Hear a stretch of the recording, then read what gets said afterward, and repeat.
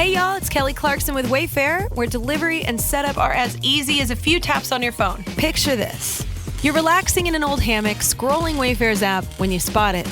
A brand new patio set. Next thing you know, Wayfair delivers it right to your patio and sets it up. Oh, you need a new grill too? All right, Wayfair's got you covered. With Wayfair's room of choice delivery and fast expert setup on qualifying orders, life gets a little easier. Visit wayfair.com or the Wayfair app. Wayfair, every style, every home. What if I told you that being a parent could also be your secret weapon in entrepreneurship? And what if I also told you that most parent entrepreneurs out there, they're doing it all wrong? You intrigued? Well, you're going to want to stick around because today we're going to be diving deep into controversial and often untold truths about being a parent entrepreneur, the difference between a logo and a brand. You do not want to miss this. Being an entrepreneur sounds like, yes, another new client. I did it. But it can also sound like, I am really not understanding this technology, and I'm feeling so overwhelmed. Am I even cut out for this?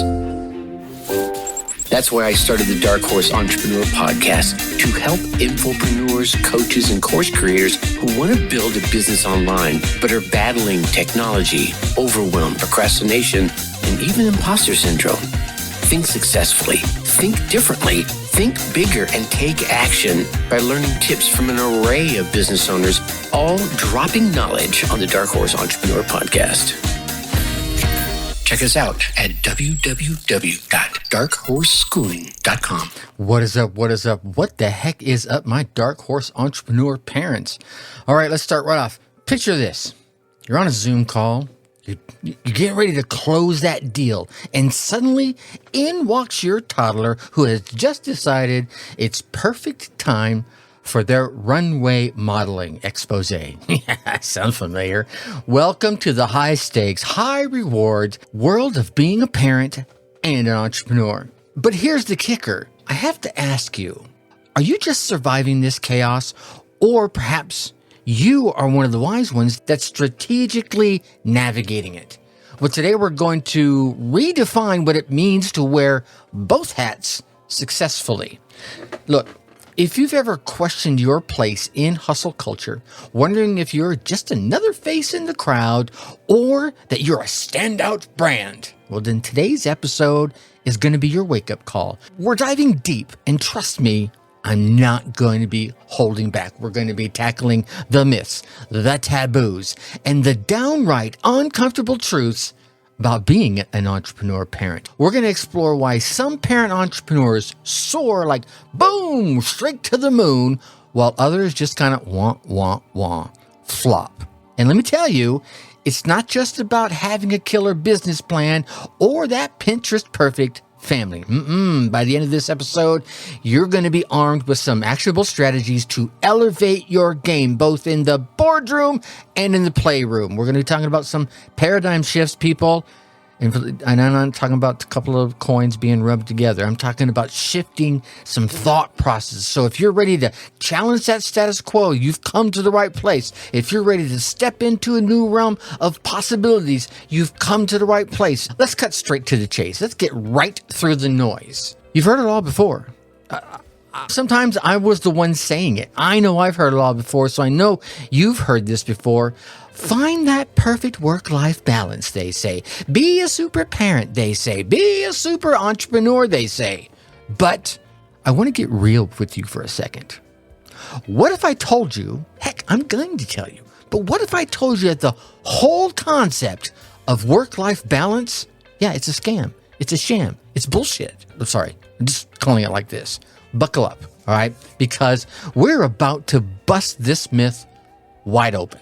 First, let's tackle this unicorn, this elephant in the room of work-life balance. Look, being a parent and an entrepreneur, it ain't about balance. It's about integration. That's the new magic word I want you to remember. Because here's the thing. Balance implies that there's equilibrium, right? There's this 50-50 split. I got 50 over here and I got a 50 over there. That's not how it is. You know, I can feel you nodding right there. It's going off in your head. Yeah, he's right. Ask any parent entrepreneur out there and they will tell you it's more like 80-20. Hell, sometimes it's more like 90-10. And guess what? The ratio flips back and forth like a fish on dry land multiple times a day. Think about it, right? 1 minute, there you are. You're on that business call. The next minute, what are you doing? Well, you're doing that Princess Runway show I just talked about, or you're doing homework. That isn't balance, my friends. That's integration. So stop chasing balance and start focusing on integrating both of your roles as a parent and as an entrepreneur seamlessly.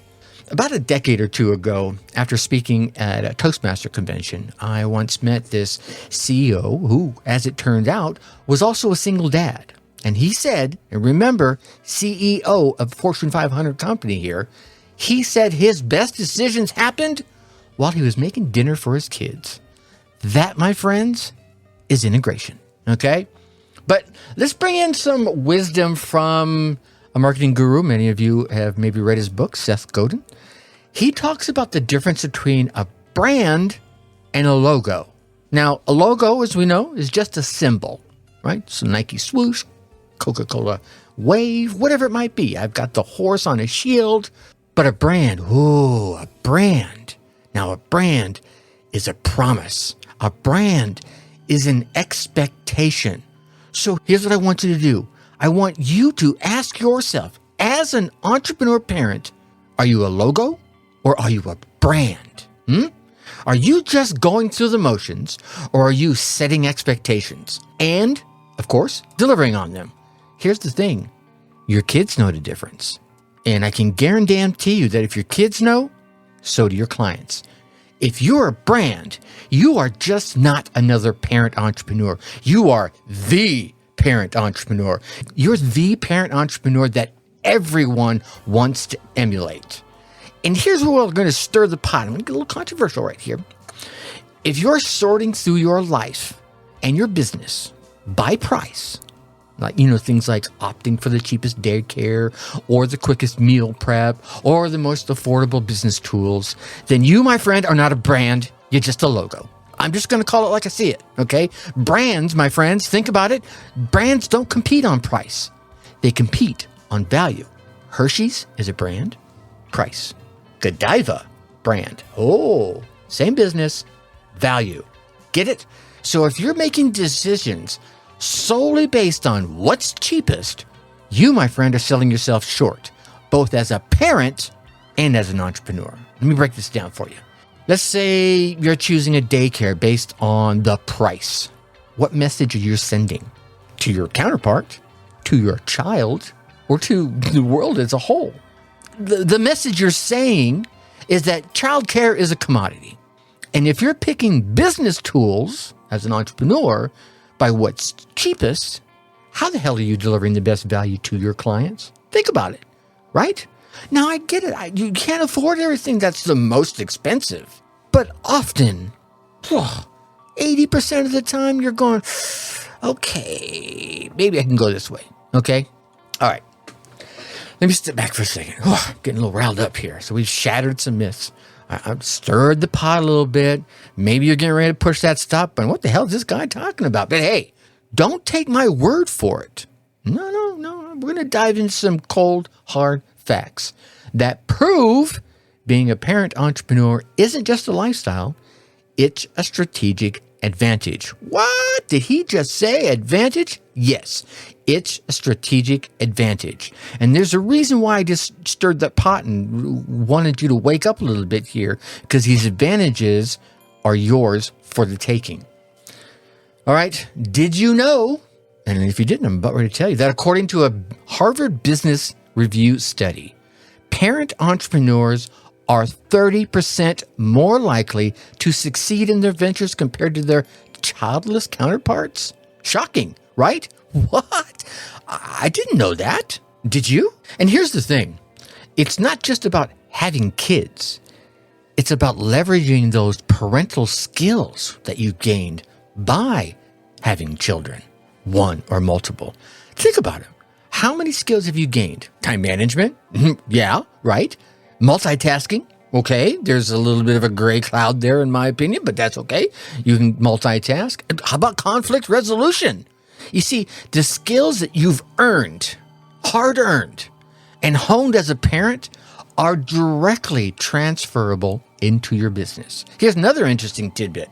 There's another study from the Kaufman Foundation that found that businesses that were started by parents had a 35% higher ROI. Now wait a minute. Now in the previous episode, I kind of mocked that some folks will get asked, hey, what are you? And I'm a parent entrepreneur. And, I poked fun at Pinterest. But here's the thing. The next time that someone questions your ability to be both a parent and an entrepreneur, hit them with those stats. Parent entrepreneurs, 35% higher ROI and 30% more likely to succeed in their ventures. Those are hard facts, ladies and gentlemen. Look them up for yourself. But here's the thing. It is not a one-way street. Your entrepreneurial skills can also make you a better parent. And another study from the University of California found that children of entrepreneurs are more adaptable. Children of entrepreneurs are better problem solvers. And children of entrepreneurs are far more resilient. Why? Well, I'm about to tell you. Because they're exposed to risk-taking. They're exposed to failure. And they're exposed to the art of the hustle from an early age. Heck, I don't even care if yours isn't an early age anymore. If they're exposed, they see you navigating those challenges and they learn to do the same. Now let's flip it. Your parenting skills, empathy, patience, the ability to teach, can make you a better leader, can make you a better negotiator. Hell, it can even make you a better salesperson. Here's the thing. It's a symbiotic relationship, ladies and gentlemen, parent and entrepreneur. So the next time that you're feeling overwhelmed, remember, you're not just juggling responsibilities. You, my friends, are leveraging a unique skill set that sets you apart in the boardroom as well as in the playroom. The boardroom or the living room even, right? And so for those skeptics who still are out there thinking that you, my friend, yes, I'm looking right at you. And if you're not watching this, you're just listening to it, I'm right in your ear. I'm talking to you. The data begs to differ. You, my friend, are not just a parent. You, my friend, are not just an entrepreneur. You are a powerhouse of skills and experiences that make you exceptional at being both a parent and an entrepreneur. All right, my dark horse entrepreneur parents, we've busted myths. We've dropped some data bombs. Now let's roll up our sleeves and get right down to business. I always want to leave you some actionable tips. So here are the actionable tips that we can implement today to level up both your parenting game as well as your entrepreneurial side hustle or your main hustle. You ready? Let's do this. Tip number 1, stop sorting by price. Yeah, let's talk about investment. And no, I'm not talking about investing in stocks and bonds. I'm talking about investing in quality, whether it's childcare or whether it's the business tools. Remember this one thing. If you listen to nothing else in this episode, remember this. You get what you pay for. Skimping on quality is like shooting yourself in the damn foot. Would you buy a cheap car seat for your child? I can't afford it, Tracy. Fine. Find it on sale somewhere, but buy the quality. Will you opt for subpar business tools for your clients? No, you shouldn't. Okay? Now, I'm not saying you got to buy the top line of everything, but get the quality. If you have to give up one thing to get the quality in something else, well, then you start weighing those balances, right? Look, here's the thing. I knew a guy start off in his entrepreneur venture, and it was going great. And he went for the cheapest damn CRM software that he could find. The end of the story is 6 months in, it crashed, and he lost all of his customer data. And he had built up probably, I don't want to overestimate, I want to know it was at least 100 customers. I want to say it was 120, but it was at least 100. All gone, just like that. Don't be that guy. Okay, tip number 2, integrate. Don't separate. Yeah, we talked about a little earlier. So next we're going to talk about integration once again. You've got a unique set of skills from being a parent. Use them in your business. You have a unique set of skills from being an entrepreneur or working in business, even if you're still in the cubicle trying to escape. Use them as a parent. For instance, the patience that you have developed from dealing with your toddler or your teenager, that's going to come in real handy during some tough negotiations. And we all know as parents how tough a negotiator a toddler can be. How about that knack for multitasking you've gained as a parent? And that is a goldmine in the entrepreneurial world. So in this arena, do not compartmentalize your life. Integrate your skills and watch yourself excel in both realms as a parent and an entrepreneur. Tip number 3, be distinct, or my friends, be extinct. Finally, let's talk about standing out. In this world of logos, I want you to be a brand. Carve out a unique value proposition that sets you apart from everyone else out there. Someone looks at you and says, wow, no one else is doing it like that. No one else provides service like that. So whether it's a unique service, a killer product, or an unforgettable customer experience, find that one thing that makes you, you. And just don't apply it to your business. No. I want you to apply it to your parenting style as well. Yeah. Go ahead, create family traditions, instill old ones back into your family life, instill unique values. Let's go ahead and make your family a brand that's as distinct and as memorable as you build your business to be. How about that? Yeah, folks, 3 actionable tips that are not just theory. I think these are game changers. Wouldn't you say? Okay, I see. I feel some of you nodding. Other you're like, well, I don't know. Here's the thing. Give them a try. Go out there and implement these, and you won't just be a parent, you won't just be an entrepreneur. You, my friend, will become a force to be reckoned with. Okay, so anybody that's been listening to the Dark Horse Entrepreneur podcast from the beginning knows we've been here a little over 3 years now, and the podcast has shifted its focus. Actually, it's narrowed its focus each time as we've gone along, okay? Most recently, let me back up and tell the story first. Most recently, I have a daughter who's in her 30s, and she has a daughter of her own. I believe she just turned 10. And not long ago, while I was wrestling with where I wanted to take this podcast, I knew I needed to niche down further so that I could truly deliver value to a core group of folks that were hungry for what I had to offer and were someone that I felt I could truly help.